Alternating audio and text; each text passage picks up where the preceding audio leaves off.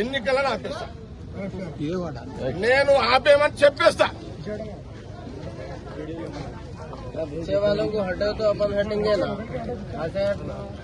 నువ్వు పంపు, బయటకు వెళ్ళగొట్టు.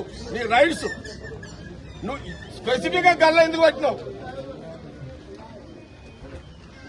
ఏంది ఇదంతా? ఏం నడుస్తుంది? నాకు తెలుసు.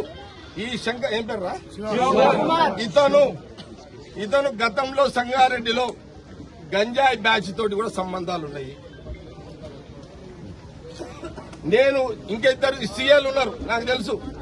అపోజిషన్ లో ఈయనతో పాటు ఇంకా ఇద్దరు సీఏలు ఉన్నారు, పేర్లు కూడా చెప్తే ఇప్పుడే. విన్నారా? ఈ సంగారెడ్డి ప్రాంతంలో వండుకుంటూ